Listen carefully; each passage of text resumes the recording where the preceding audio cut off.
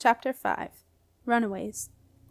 While Septimus sat rereading his letter, the messenger who had delivered it was suffering from an attack of cold feet. Even the 2 pairs of thick, stripy socks that Lucy Grinch habitually wore in the winter were no help that cold morning, as she hung back in the shadows of the Northgate gatehouse, trying to pluck up the courage to announce herself to her mother. Lucy had arrived at the gatehouse early. She wanted to speak to her father first, before her mother ventured outside with his early morning cocoa. Despite her father's gruff exterior, Lucy knew that Gringe would be thrilled to see her. "Dad's an old softy, really," she had told Simon before she had left. "It's Mum who will be difficult." But Lucy's plan had gone awry. She had been thrown by the unexpected appearance of a makeshift lean-to shelter along the side of the gatehouse, beside the road leading to the bridge. A sign on the shelter announced it to be Café Le Gringe, from which came the unfortunately unforgettable smell of her mother's stew. This was accompanied by the equally unmistakable sound of her mother cooking, clanging saucepan lids, muttered curses, and ill-tempered thumps and thuds. Lucy stood in the shadows, wondering what to do. Eventually, the rank smell of the stew drove her to a decision. She waited until her mother was looking into one of the deep stew pans, and then, head held high, Lucy marched right past Café Le Gringe. It worked. Mrs. Grinch, who was wondering if anyone would notice the mouse that had fallen in overnight and suffocated, did not look up. Gringe, a heavy-set man with close-shorn hair and wearing a greasy leather jerkin, was sitting in the gatehouse-keeper's lodge. He was keeping out of the chilly wind that blew off the moat, and more importantly, out of the way of the stew. It was a quiet day. Everyone in the castle was either at the last day of the traders' market, which had stayed later than usual that year, or were busy getting ready for the festivities of the longest night, when candles would be lit in every window throughout the castle.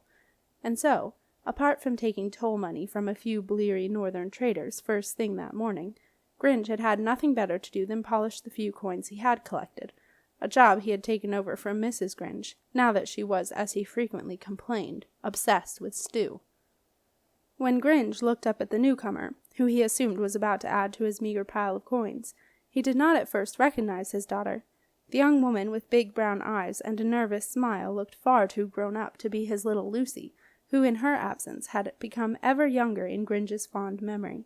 Even when the young woman said, "Dad," a little tearfully, Gringe stared at Lucy uncomprehending, until his cold, bored brain at last made the connection, and then he sprang to his feet, enveloped Lucy in a huge hug, lifted her off her feet, and yelled, "Lucy! Lucy! Lucy!" A wave of relief swept over Lucy. It was going to be all right. An hour later, sitting in the room above the gatehouse with her parents, while the bridge boy looked after the bridge, and the stew looked after itself, Lucy had revised this opinion. It was possibly going to be all right, if she was very careful and didn't upset her mother too much. Mrs. Grinch was in full flood, recounting for the umpteenth time the long list of Lucy's transgressions. "Running off with that awful Heap boy, not a care about me or your father, gone these last 2 years with never a word." "I did write to you," Lucy protested, "but you never replied." "You think I got time to write letters?" asked Mrs. Grinch, insulted. "But, Mum—" "I got a gatehouse to run, stew to cook, on me own." Mrs. Grinch looked pointedly at both Lucy and Gringe, who, to his discomfort, now seemed to be included in Lucy's wrongdoings. He stepped in hastily. Come, dear. Lucy's all grown up now. She got better things to do than live with her old mum and dad." "Old?" said his wife indignantly. "Well, I didn't mean—" "No wonder I look old. All that worry. Ever since she was 14 she's been running after that Heap boy, sneaking out with him, even trying to marry him for goodness sakes, and getting us into terrible trouble with them custodians. And after all that, we take her back out of the goodness of our hearts, and what does she do? She runs off again, and never a word. Not a word."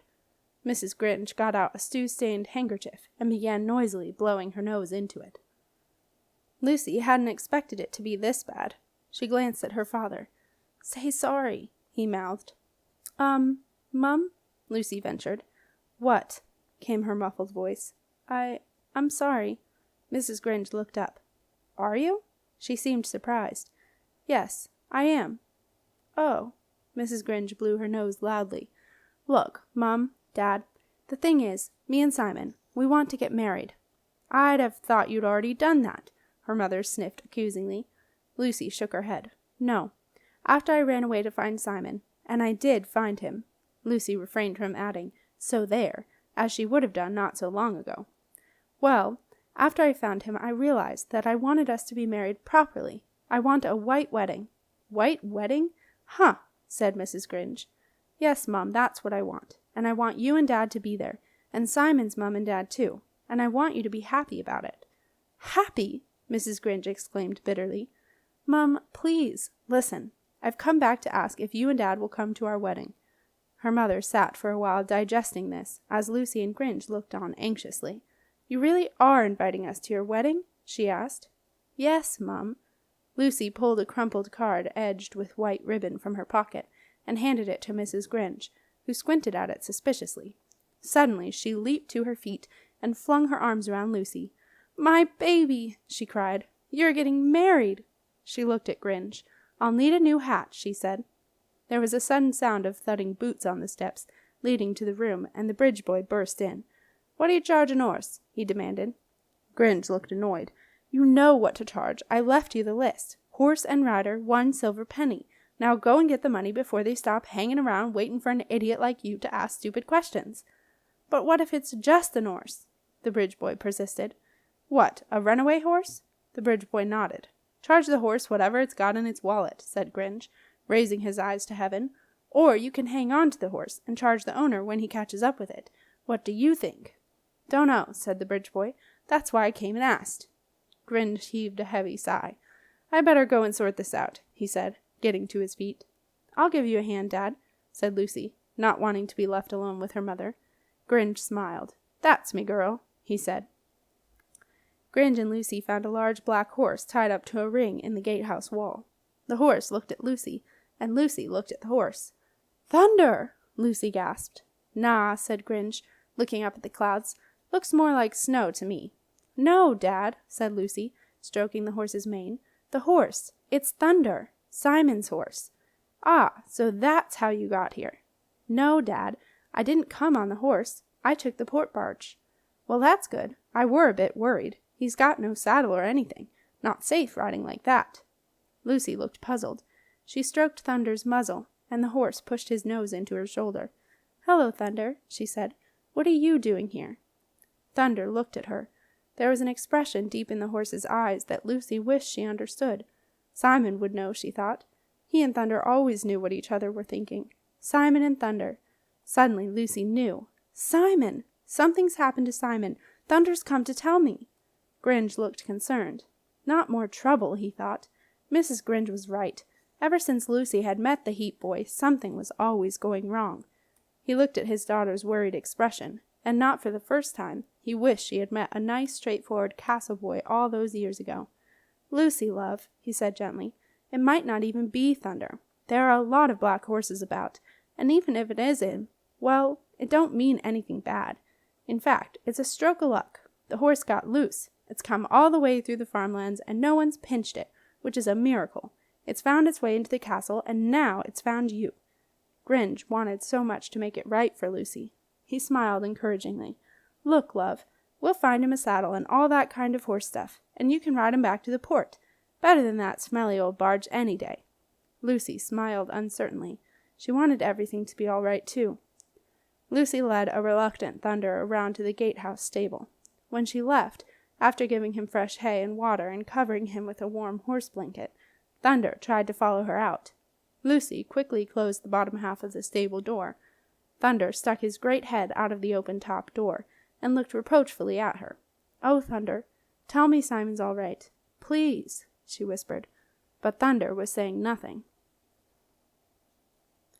A few minutes later, Mrs. Gringe came down to check on the stew. She was just in time to see Lucy, ribbons flying, racing off into the warren of houses that backed up to the castle walls. Convinced that Lucy was running away again, Mrs. Gringe stomped over to the nearest stew pot and poked angrily at it. She was, however, pleased to see that the mouse had incorporated nicely into the brown sludge. Lucy was not running away. She was heading for the steps up to the path that ran along the top of the castle walls and would take her to the East Gate Lookout Tower, the headquarters of the message rat service, run by Stanley, his 4 ratlets, now fully grown, and their assorted friends and hangers-on. As Lucy strode along the walls, she composed a variety of messages to Simon. By the time she breathlessly pushed open the little door of the East Gate lookout tower and stepped into the message route office, she had decided on something short and simple, and also cheap. Thunder here. Are you all right? Send return message. Lou. Half an hour later, Stanley had just caught the mid-morning port barge. He was unsure whether to be flattered or annoyed that Lucy had insisted that she trusted no rat but him to take the message. After half an hour spent hiding out in a fish basket, trying to avoid the barge cat, Stanley decided he was most definitely annoyed. He was going all the way to the port just to deliver a weather bulletin. Added to that, he had just realized who the recipient of the message was. Simon Heap was one of the Heap wizarding family, and Stanley was of the same mind as Mrs. Gringe on this one.